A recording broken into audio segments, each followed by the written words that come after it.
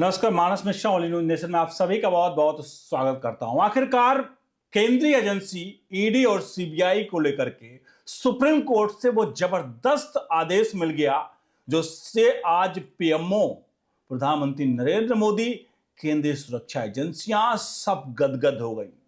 आपको दिखाने जा रहे हैं वो आदेश, और ये आदेश आज कहीं ना कहीं जो लोग, चाहे वो राहुल गांधी हो, चाहे वो सोनिया गांधी हो, चाहे हमारे देश का कोई भी विपक्ष है जो हमेशा केंद्रीय एजेंसियों पर आरोप लगाता था, ममता बनर्जी जो केंद्रीय एजेंसियों के काम में दखलंदाजी देती थी, आज ऐसे विचारधाराओं की ताबूत में सुप्रीम कोर्ट का यह फैसला आखिरी कील ठोकने का काम किया है। आपको दिखाने जा रहे हैं वो आदेश, और आखिरकार ये आदेश बिल्कुल उसी तरह से है जैसे आपको याद होगा राहुल गांधी ने संसद में नरवणे की एक किताब का जिक्र किया था, और नरवणे की किताब का जिक्र करते हुए राहुल गांधी ने सेना के बारे में जो कहा था, बिल्कुल बिल्कुल उसी प्रकार का आदेश यहां पर सुप्रीम कोर्ट ने भी दिया है। दिखाते हैं पूरी खबर। अनुरोध करेंगे वीडियो के कमेंट बॉक्स में अपनी राय प्रतिक्रिया जरूर दीजिएगा और वीडियो को लाइक शेयर जरूर करेगा। मैं जिक्र कर रहा था कि राहुल गांधी ने नरवणे की किताब का एक जिक्र करते हुए गलवान घाटी और चाइना बॉर्डर पर आखिरकार जब एक फोन आता है सेना प्रमुख का, जो जिक्र किया था, याद करिएगा, आपको जिक्र किया था कि सेना प्रमुख के का एक फोन आता है जब गलवान घाटी, जो उसमें एलएसी पर कोई टेंशन बड़ी होती है, तो रक्षा मंत्री राजनाथ सिंह के पास फोन आता है कि हम क्या करें। उसके बाद रक्षा मंत्री राजनाथ सिंह उनको कहते हैं आप वेट करिए। उसके बाद वापस राजनाथ सिंह का सेना प्रमुख के पास फोन जाता है और सेना प्रमुख को जवाब मिलता है जो उचित समझें वो कार्रवाई करें। राहुल गांधी ने इसे नेगेटिव लिया था कि देखिए सेना को इस तरह से छोड़ दिया कि जवाब कोई नहीं दिया, लेकिन असल में जवाब मिला, और वो जवाब था एक तरह से खुली छूट। अगर कोई भी व्यक्ति को यह कहा जाए कि जो भी आपको उचित लगता है वो करें, इसका मतलब है आपको वो निर्णय लेना है जो वहां पर सही हो। क्योंकि कोई व्यक्ति अगर कहीं घर में बैठ करके कहीं सेना के बॉर्डर पर कोई आदेश देना तो वहां से नहीं ले सकता, वो सिचुएशन के हिसाब से ले सकता है। कुछ इसी प्रकार का घटनाक्रम ईडी के मामले में भी, सीबीआई के मामले में देखने को मिला, जहां सुप्रीम कोर्ट ने ईडी पर जबरदस्त आदेश सुना दिया। मामला क्या था? ईडी एक याचिका लेकर पहुंची थी सुप्रीम कोर्ट। वो याचिका थी कि सुप्रीम कोर्ट, आपको याद होगा, आईपैक के दफ्तर में ईडी छापेमारी कर रही थी। जब ईडी छापेमारी कर रही थी उस दौरान ममता बनर्जी पहुंचती हैं, और ममता बनर्जी पहुंचकर ईडी के हाथ से फाइलें छीनती हैं, मोबाइल छीनती हैं, और बहुत दस्तावेज छीन करके बाहर आती हैं, प्रेस कॉन्फ्रेंस करती हैं, मीडिया के कैमरे के सामने आती हैं, और इसी मसले पर ईडी याचिका लेकर पहुंची थी सुप्रीम कोर्ट, जहां 2 जजों की खंडपीठ इस मामले की सुनवाई कर रही थी। Chief justice of India justice Suryakant के कोर्ट में यह सुनवाई चल रही थी, और सुनवाई के दौरान ईडी ने कहा कि यह हमारे साथ जाती हुई है, और ईडी ने अनुरोध किया कि आप इसको लेकर के सीबीआई जांच के आदेश दें। ये याचिका लेकर पहुंची थी ईडी, जो मामला हुआ था आईपैक का। अब सुप्रीम कोर्ट में सामने थे कपिल सिब्बल। कपिल सिब्बल ने तो यहां तक कह दिया कि इस याचिका को सुना तक नहीं जाना चाहिए, लेकिन सबके बीच में ईडी की याचिका पर जब सुनवाई चल रही थी तो उस वक्त 2 जजों की कमेटी जो थी, उन्होंने जो कहा वो दिल छू लेने वाला था। जस्टिस पीके मिश्रा व एनवी अंजारिया की पीठ, ये 2 लोग सुनवाई कर रहे थे, और इन्होंने क्या कुछ कहा आपको बताते हैं।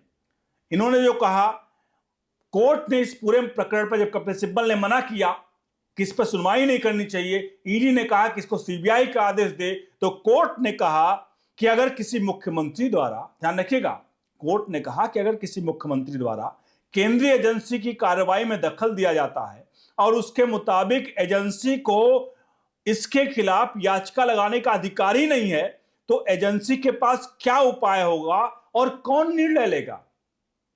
यानी कि सबसे पहली लाइन बोला कोर्ट ने कि भाई अगर कोई भी काम अगर ईडी के ऊपर किसी प्रकार का कुछ भी हो, कोई मुख्यमंत्री जाकर उसके ऊपर हमला कर दे, कुछ भी कर दे, तो क्या ईडी किसके पास जाएगी? ईडी तो याचिका डालेगी ना। ऐसे में आप याचिका के अधिकार को भी छीन रहे हो। ये सीधे तौर पर कपिल सिब्बल को, उनके वकील जो अगेंस्ट में जो वकील थे कपिल सिब्बल के साथ और लोग थे, उनको कोर्ट के दो सदस्यीय खंडपीठ ने पहली लाइन बोली। उसके अलावा उन्होंने कहा, कोर्ट ने कहा कि किसी दिन कोई मुख्यमंत्री, मतलब किसी दिन कोई और मुख्यमंत्री किसी अन्य दफ्तर में प्रवेश कर सकता है, तो ईडी के लिए क्या रास्ता होगा? उसे निहत्था यानी रेमेडीलेस तो नहीं छोड़ दिया जा सकता ना, उसे निहत्था नहीं छोड़ दिया जा सकता है। कोर्ट ने बंगाल सरकार को पहले याचिका की सुनवाई योग्यता और बाद में मेरिट पर विचार करने वाली फटकार लगाते हुए कहा कि आप कोर्ट को निर्देशित नहीं कर सकते हैं। साफ तौर पे कहा कि हम ईडी को निहत्था नहीं छोड़ सकते हैं कि कोई भी मुख्यमंत्री घुस करके और ईडी के कार्य में दखलंदाजी करे, ये कतई भी बर्दाश्त नहीं है। ये कोर्ट ने साफ तौर पे यहां पर इस पूरे प्रकरण में कह दिया। यानी ईडी और सीबीआई को एक तरह से यह खुली छूट है कोर्ट की तरफ से, क्योंकि कोर्ट ने साफ कहा कि कोई भी मुख्यमंत्री इस तरह से दखलंदाजी करेगा तो हम चुप नहीं बैठेंगे, उसके लिए उसको एक रेमेडी देनी पड़ेगी, एक असली मर्ज की दवा देनी पड़ेगी, जो कोर्ट अब वो दवा देगा।